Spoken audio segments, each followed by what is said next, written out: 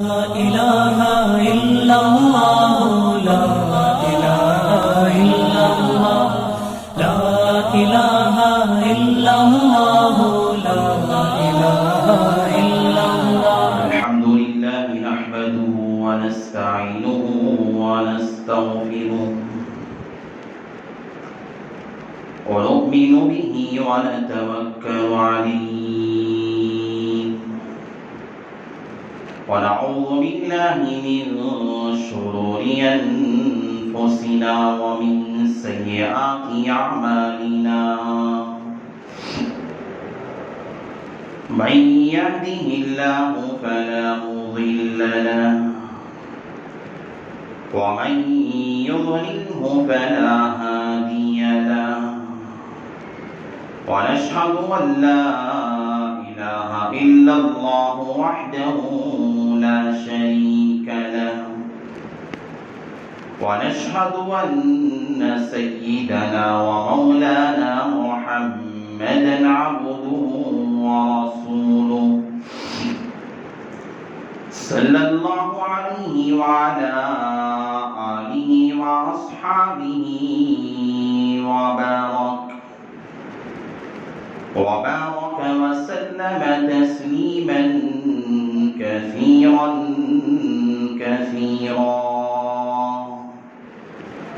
أما بعد فأعوذ بالله من الشيطان الرجيم. بسم الله الرحمن الرحيم. إن عدة الشهور عند الله 12 شهرا في كتاب الله يوم خلق السماوات والأرض منها أربعة حرم.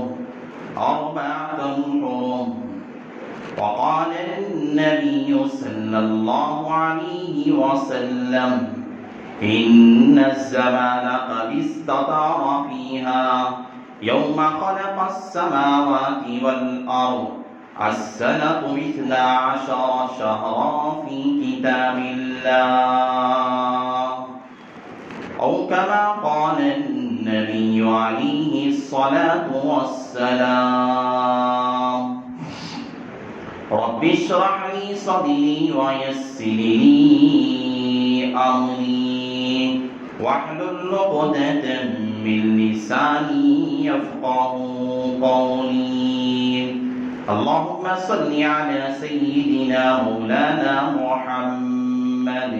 في أول كلامنا. اللهم صل على سيدنا مولانا محمد في أوسط كلامنا. اللهم صل على سيدنا مولانا محمد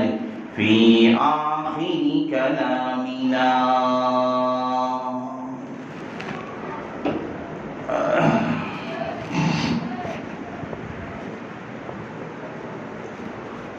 معزز سامعین کرام،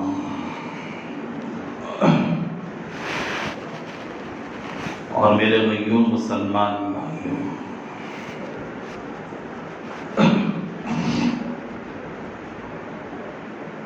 اللہ تبارک و تعالیٰ نے اس پوری کائنات کو اللہ نے پیدا فرمایا.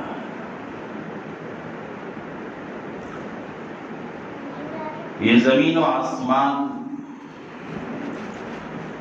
یہ ستارے سیارے، یہ شجر اور حجر، یہ دنیا کی روانگی، یہ مخلوق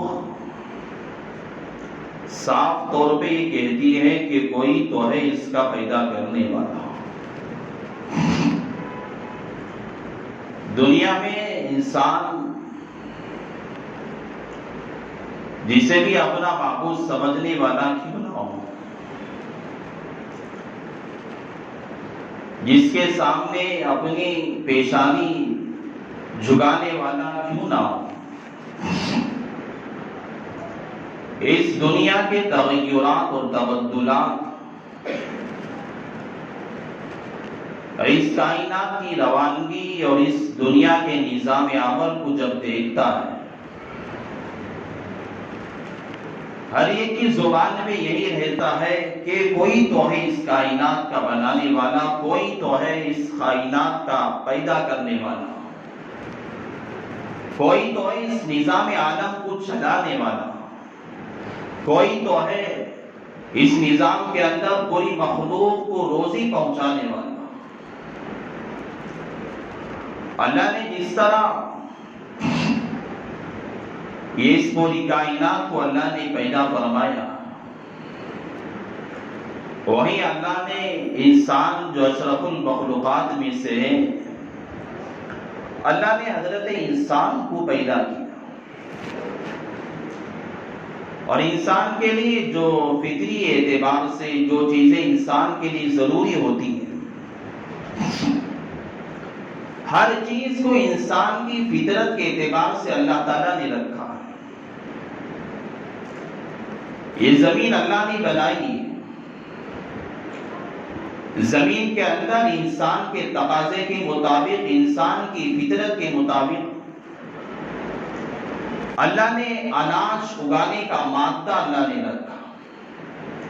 اناج کا خزانہ اللہ نے رکھا۔ انسان کے فطرت کے اور تقاضے کے مطابق پانی ہے، اسی زمین کے اندر اللہ نے پانی کے خزانے کو رکھا ہے، روزی کا خزانہ اسی زمین کے اندر ہے، پیٹرول ہے، تیل ہے، ڈیزل ہے، انسان کے لیے روزمرہ استعمال ہونے والی اشیاء ہیں۔ اللہ نے اس پیٹرول کا خزانہ، ڈیزل کا خزانہ اور تیل کا خزانہ اللہ نے زمین کے اندر رکھا ہے، اور انسان مال کمانے کے لیے جو سونا اور چاندی کے زیورات استعمال کرتا ہے، اور آدمی سونے اور چاندی کا بیپار کرنے والا، خرید و فروخت کرنے والا، اپنے یہاں دنیا کے اندر اپنے زمانے کا بہت بڑا مالدار اپنے آپ کو سمجھتا ہے،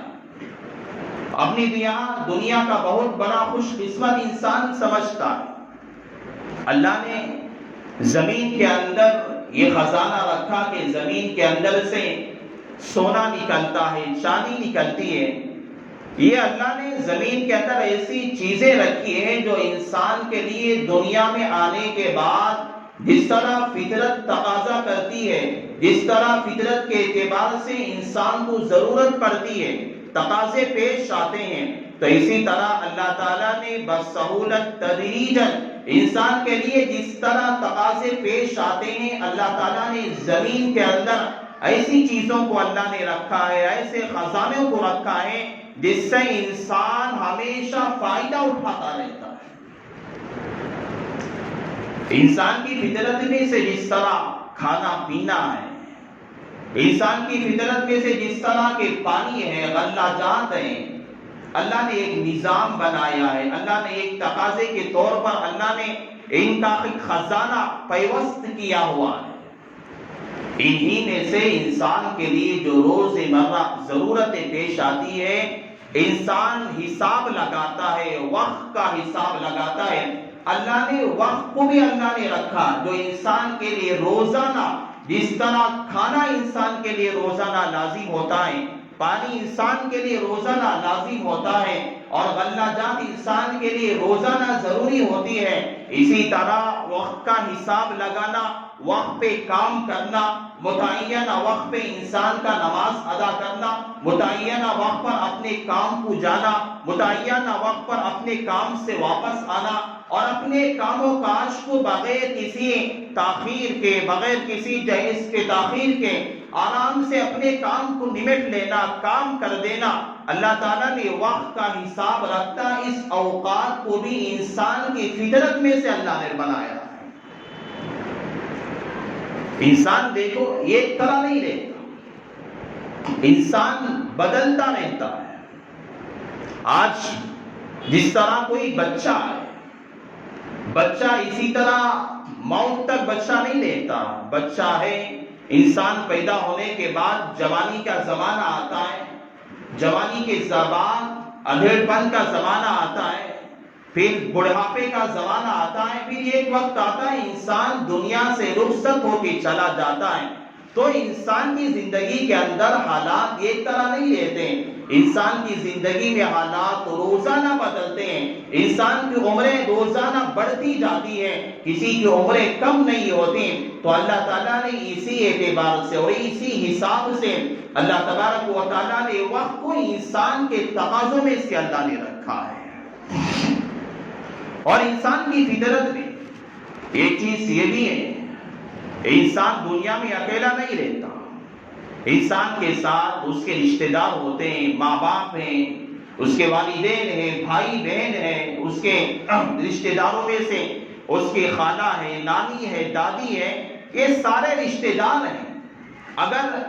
اسلامی اعتبار سے، دینی اعتبار سے دیکھا جائے، انبیاء کا آنا، رسولوں کا آنا اور اقطابوں کا آنا، دنیا کے اندر ایک دینی ماحول کا چلانا، دینی نظام کا چلانا، کون سے نبی کب آئے تھے، کون سے پیغمبر کب آئے تھے، اور کون سے ولی نے کس زمانے کے اندر، کون سے اقدام نے کس زمانے کے اندر، اور کس بزرگ نے، کس اللہ والے انسان نے اس دینی ماحول کو فلاں جگہ پہ کیسے چلایا تھا، یہ نظام کیسے بنایا تھا، فلاں بادشاہ دنیا کے اندر گزرا، اس نے حکومت کی، اور فلاں وزیر دنیا کے اندر گزرا، اس نے بھی وہ اپنا ماحول بنایا، یہ کیسے بنایا تھا، کب بنایا گیا تھا، یہ انسان کو علم اگر اوقات نہ ہوتے، اگر اوقات کو اللہ تعالیٰ نہ رکھتا، انسان اسے متعین نہیں کر سکتا تھا کہ انبیاء کب آئے تھے، باپ ہمارا کب پیدا ہوا تھا، ہمارا دادا کب پیدا ہوا تھا، ہمارے خاندان کے ساتھ، میرے ساتھ اٹھنے بیٹھنے والا میرا دوست ہے، میرا بھائی ہے، میری ماں ہے، ان کی پیدائش کب ہوئی تھی، میں خود دنیا میں کب آیا تھا، میری عمر کیا ہو رہی ہے، میں جوانی کی موڑ پہ ہوں، میری عمر کس حد پر پہنچی ہوئی ہے، میں بڑھاپے پہ ہوں، میری عمر کس جگہ پہ پہنچی ہوئی ہے، میں ادھیڑ عمر کے اندر ہوں، میری عمر کس عمر کے اندر پہنچی ہوئی ہے، انسان اس کا اعتبار اور اس کا اندازہ ہرگز نہیں لگا سکتا تھا۔ اللہ تعالیٰ نے اوقات کو رکھا، اللہ نے وقتوں کے نظام کو رکھا، انسان اس سے یہ حساب لگا سکتا ہے کہ دنیا کے اندر انبیاء آئے، کون سا نبی کس زمانے کے اندر آیا تھا، کون سا پیغمبر کس زمانے کے اندر آیا تھا، حضرت صحابہ کا دور آیا، صحابہ میں سے کون سے صحابی کس زمانے کے اندر اپنی حکومت کو چلائے تھے، حضرت ابوبکر کا دور آیا، حضرت عمر فاروق کا دور آیا، حضرت عثمان غنی کا دور آیا، حضرت علی کا دور آیا، حضرت امیر معاویہ کا دور آیا، محمد بن قاسم کا دور آیا۔ یہ دور حکومت جو چلی گئی، یہ کس زمانے کے اندر چلی گئی، کیا تاریخ تھی، اس کا اگر حساب اللہ تعالیٰ اوقات کا نظام نہ رکھتا، یہ پتہ نہیں چلتا کہ حضرت ابوبکر نے کس زمانے کے اندر اپنی حکومت کو چلایا تھا۔ اگر اللہ تعالیٰ اوقات کا نظام نہ رکھتا، یہ پتہ نہیں چلتا وقت کا عمر فاروق نے اپنا نظام مسلم جو اللہ تعالیٰ حضرت عمر فاروق نے جو اپنا نظام چلایا تھا، کس زمانے کے اندر چلایا تھا، اس کا علم نہ ہوتا۔ اللہ تعالیٰ نے اگر اوقات کا نظام نہ رکھتا، حضرت عثمان کے زمانے کا پتہ نہ چلتا، اللہ نے اگر اوقات کا نظام نہ رکھتا، حضرت امیر معاویہ کے دور حکومت کا پتہ نہ چلتا، اگر اللہ ان اوقات کا نظام نہ رکھتا، دنیا کے اندر بڑے بڑے بادشاہ جو دنیا کے اندر گزر گئے، پوری حکومت پہ پوری دنیا کے اندر حکومت کرنے والے بادشاہ گزرے، اگر اللہ اوقات کا نظام نہ رکھتا تو یہ پتہ نہیں چلتا کہ کون سا بادشاہ کب آیا تھا، اس نے حکومت کی جگہ کس طرح کی تھی، اس کا علم نہ ہوتا۔ اللہ نے انسان کی فطرت کے اندر جس طرح کھانا ضروری رکھا ہے، پانی کا ضروری رکھا ہے، غلہ جات جس طرح ضروری رکھا ہے، جو روز مرہ انسان اس کے بغیر زندگی گزار ہی نہیں سکتا، اسی طرح وقت ایسا ہے، یہ وقت کا حساب ایسا ہے، وقت کا نظام اللہ نے ایسا بنایا ہے، انسان کی زندگی جس کے بغیر ادھوری رہ جاتی ہے، جسے پتہ کچھ بھی نہیں چلتا کہ دنیا کا نظام کیسے چل رہا ہے، صبح کب آ رہی ہے، شام کب ہو رہی ہے، دوپہر کب آ رہی ہے اور شام کب ہو رہی ہے، کون سی نماز کا وقت کب ہو رہا ہے، اس زمانے کے اعتبار سے لوگ حساب لگاتے تھے. لیکن اس زمانے کے اندر تو لوگ ایسے تو نہیں ہیں جو اچھی طرح سے پہچان سکے، اچھی طرح سے معلوم کر سکے، اچھی طرح سے آج گھڑیوں کا زمانہ رہتے ہوئے، آج ٹائمنگ کا زمانہ رہتے ہوئے مسجد کے بورڈ میں لکھا ہوا رہتا ہے یہ مغروب وقت ہے، فلاں وقت سے فلاں وقت تک نماز پڑھنا یہ صحیح نہیں ہے، فلاں وقت سے فلاں وقت تک نماز پڑھنا یہ مکروہ ہے. لیکن ہم اندھے بن کے آتے ہیں، نماز فجر ادا کرتے ہیں، مکروہ وقت میں کوئی نماز پڑھتا ہے، نماز ادا کرنے کے لیے آتا ہے، وقت ختم ہو چکا ہوا ہوتا ہے، اس کے مسجد کے بورڈ پہ لکھا ہوا ہوتا ہے. یہ زمانہ گھڑیوں کا زمانہ، ٹیکنالوجی کا زمانہ، ترقیات کا زمانہ ہے. لیکن اس زمانے کے اندر بھی ایسے بیوقوف لوگ پائے جاتے ہیں، ایسے اندھے لوگ پائے جاتے ہیں، ایسے جاہل لوگ بھی پائے جاتے ہیں جو اندھے بن کے آتے ہیں، آخر وقت میں آتے ہیں اور جب لکھا ہوا ہوتا ہے اس کے باوجود بھی فجر ادا کر رہا ہے، سنت آرام سے پڑھ رہا ہے، اسے پتہ نہیں ہوتا. اللہ نے، خدا کی قسم، اللہ نے اوقات کا نظام اس طرح بنایا ہے، اس طرح بنایا ہے. اگر اس زمانے کے اندر یہ اوقات کا نظام نہ ہوتا، جس طرح لوگوں کا ماحول ہے، لوگوں کا مزاج بن چکا ہے، لوگ جو ہے ایسے وقت میں نمازیں ادا کر لیتے ہیں کیونکہ نمازیں ہی ادا نہ ہوتی. یہ اللہ کا شکر ہے، اللہ نے ایک نظام بنایا وقت کا جو انسان ہمیشہ آرام کے ذریعے سے وقت کے پہچان کر، وقت کے حساب سے اپنا کام آرام سے کر لیتے ہیں. تو یہ وقت جو پہچانا جاتا ہے، ہم تو آج یہ وقت تین اعتبار سے، ایک ہے شمسی تاریخ کے حساب سے، جس طرح مہینے گزرتے ہیں، ہفتے گزرتے ہیں، یہ اب جو مہینوں کا حساب لگاتے ہیں ہم، سال میں جو 12 مہینے، ان عدت الشہور 12 شہرا فی کتاب اللہ، اللہ تعالیٰ نے کہا اللہ کے نزدیک جو مہینوں کی جو تعداد ہے، اللہ نے 12 مہینوں کی تعداد کو اللہ نے گنوایا. جو مہینے جو چلتے ہیں ان مہینوں کے حساب سے جو تاریخ متعین کی جاتی ہے، یہ 3 تاریخیں دنیا میں چلی ہیں. ایک تاریخ جو شمسی تاریخ کہا جاتا ہے، جو جسے عیسوی تاریخ کہا جاتا ہے، جو سورج کو دیکھ کر، پہچان کر، اس کے اعتبار سے لوگ تاریخ متعین کرتے ہیں. اور ایک کہا جاتا ہے کہ حضرت عیسیٰ علیہ السلام کی پیدائش کے زمانے سے یہ تاریخ شروع ہو گئی. یہ الگ بات ہے، یہ صحیح ہے غلط ہے وہ اپنی جگہ ہے، وہ مسئلہ. اور ایک حساب نجومی اعتبار سے کیا جاتا ہے، ستارے دیکھ کر پہچانا جاتا ہے یہ کون سا مہینہ، یہ کون سا دن چل رہا ہے. لیکن یہ تقریباً ختم ہی ہو چکا ہے، نہ کے برابر ہے. ستارے دیکھ کر مہینے متعین کرنا یہ نہ کے برابر ہے. اور تیسرا جو طریقہ ہے یہ قمری ہے، یعنی چاند دیکھ کر حساب لگایا جاتا ہے. یہ جو طریقے جو میں نے بتائے، ستارے دیکھ کر تاریخ کا متعین کرنا اور دوسرا سورج کو دیکھ کر تاریخ کا متعین کرنا، یہ دونوں چیزیں انسان نے اپنی طرف سے متعین کیے ہیں. لیکن یہ چاند کا اپنے حساب سے متعین کرنا یہ خدا کی طرف سے. اور جو چیزیں اللہ کی طرف سے انسان کی فطرت کے مطابق ہوتی ہے اس میں کمی بیشی ہرگز نہیں ہو سکتی. لیکن انسان کی طرف سے انسان نے جن چیزوں کو بنایا ہے، ستاروں کے اعتبار سے اور جو ہے سورج کے اعتبار سے، شمسی تاریخ کا حساب لگا کر اس میں کمی بیشی ہو سکتی ہے. لیکن اللہ تعالیٰ نے جو قمری حساب رکھا ہے، چاند کا جو حساب رکھا ہے، اس میں کمی بیشی نہیں ہو سکتی. اسی لیے اللہ تعالیٰ نے جو انبیاء کو دنیا کے اندر بھیجا اور دنیا سے جب بلایا اور اولیاء کو دنیا کے اندر بھیجا، کتابیں بھیجی گئیں، جو صحیفے دنیا کے اندر نازل کیے گئے، بڑے بڑے اللہ والے دنیا کے اندر آئے، جو بڑے بڑے فتوحات دنیا کے اندر ہوئے. آپ پڑھ کے دیکھیں گے وہاں آپ کو نجومی تاریخ نہیں ملے گی، وہاں شمسی تاریخ نہیں ملے گی، آپ کو وہاں تاریخ ملے گی قمری تاریخ میں آپ کو ملے گی کہ چاند کے حساب سے تاریخ متعین کی جاتی ہے. یہ اسلامی طرز ہے، اسلامی ڈھنگ ہے. لیکن ہم اس ماحول کے اعتبار سے اتنے دور چلے گئے ہیں، ہم اتنے دور چلے گئے ہیں، ہم کوئی شادی کا مسئلہ آتا ہے، کوئی تقریب کا مسئلہ آتا ہے، کوئی جلسے کا مسئلہ آتا ہے، ہمارے یہاں کوئی اجلاس کرنا ہے، ہمارے یہاں کوئی ولیمہ کرنا ہے، ہمارے یہاں کوئی پروگرام کرنا ہے، ہم جب بیٹھتے ہیں ہم حساب لگاتے ہیں، شمسی تاریخ کا حساب لگاتے ہیں، عیسوی تاریخ کا حساب لگاتے ہیں،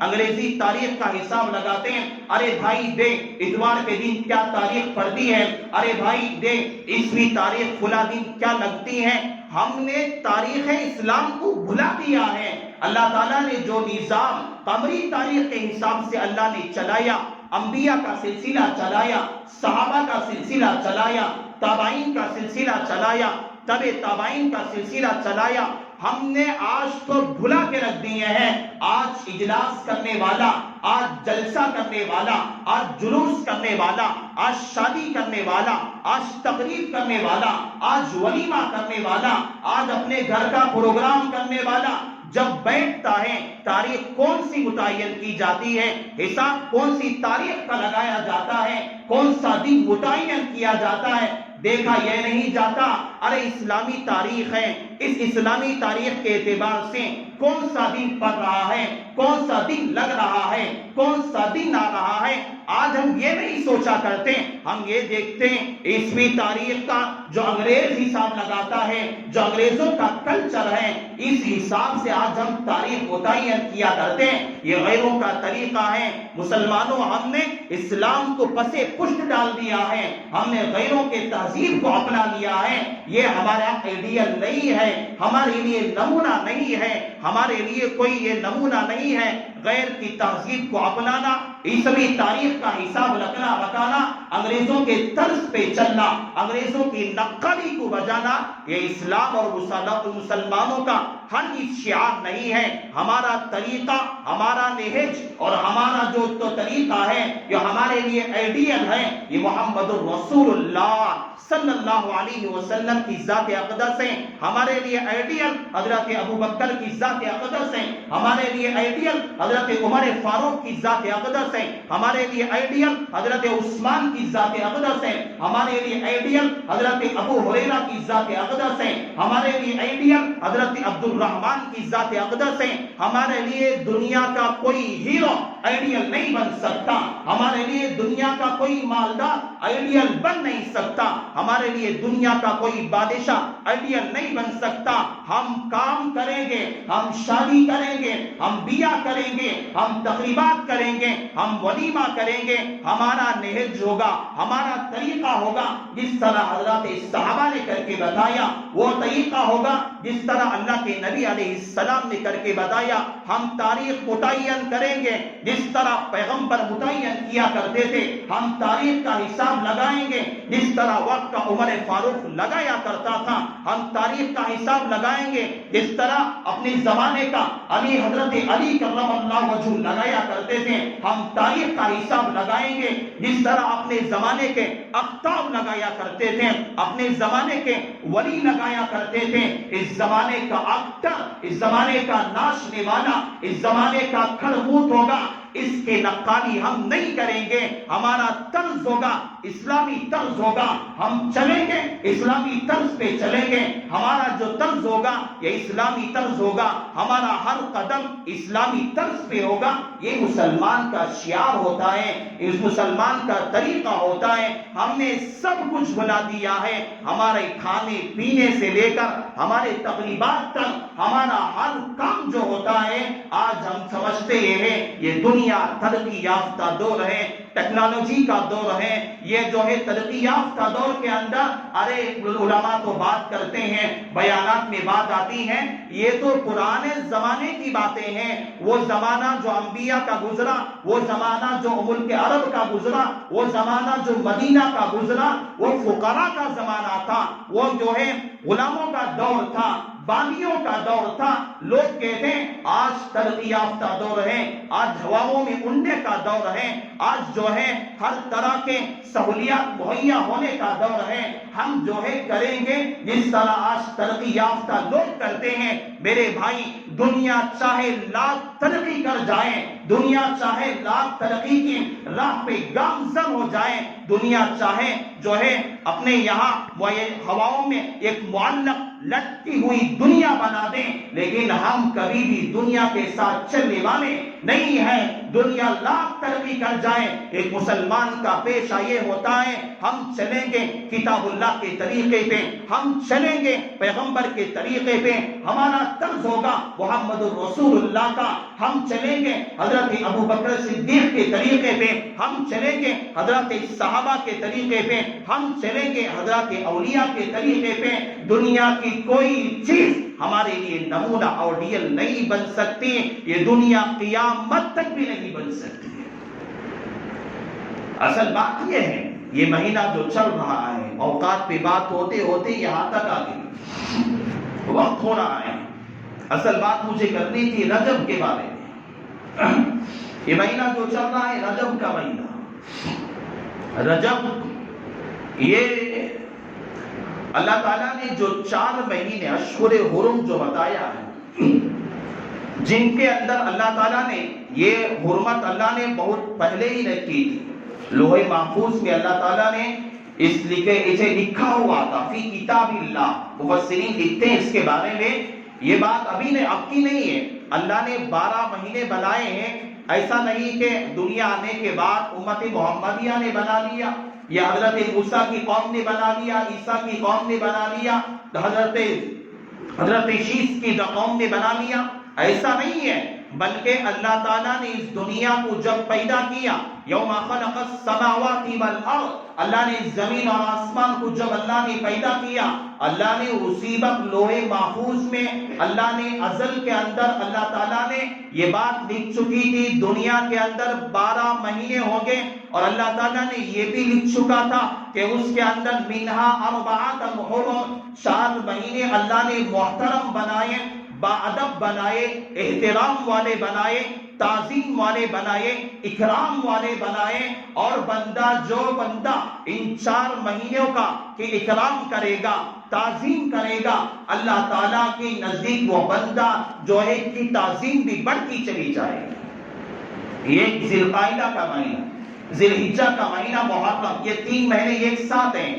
وہ تو چلے گئے پیچھے۔ اب جو مہینہ ہے جو چل رہا ہے یہ رجب کا مہینہ، یہ حرمت والے مہینے، باادب تعظیم والا یہ مہینہ ہے، یہ ادب والا مہینہ، اور اس سے بڑھ کر اللہ کے نبی علیہ السلام اس مہینہ جو جب داخل ہوتا تھا اس میں دعائیں کرتے تھے، اللہم بارک لنا فی رجب و شعبان وبلغنا رمضان، اللہ سے دعا کرتے تھے یا اللہ یا ہم یہ برکت عطا فرما رجب کے اندر بھی، شعبان کے اندر بھی، یا اللہ میری زندگی کو باقی رکھ، رمضان تک میری باقی رکھ، کیونکہ رمضان کا مہینہ بابرکت مہینہ ہے، با احترام والا مہینہ ہے، اس کے اندر انسان کی مغفرتیں کی جاتی ہیں۔ اللہ کے نبی علیہ السلام 2 مہینے پہلے دعائیں کرتے تھے، اللہم بارک لنا فی رجب و شعبان وبلغنا رمضان، یہ دعائیں کرتے تھے۔ ہونا تو یہی چاہیے، اسلام مسلمانوں کے لیے ہونا یہ چاہیے،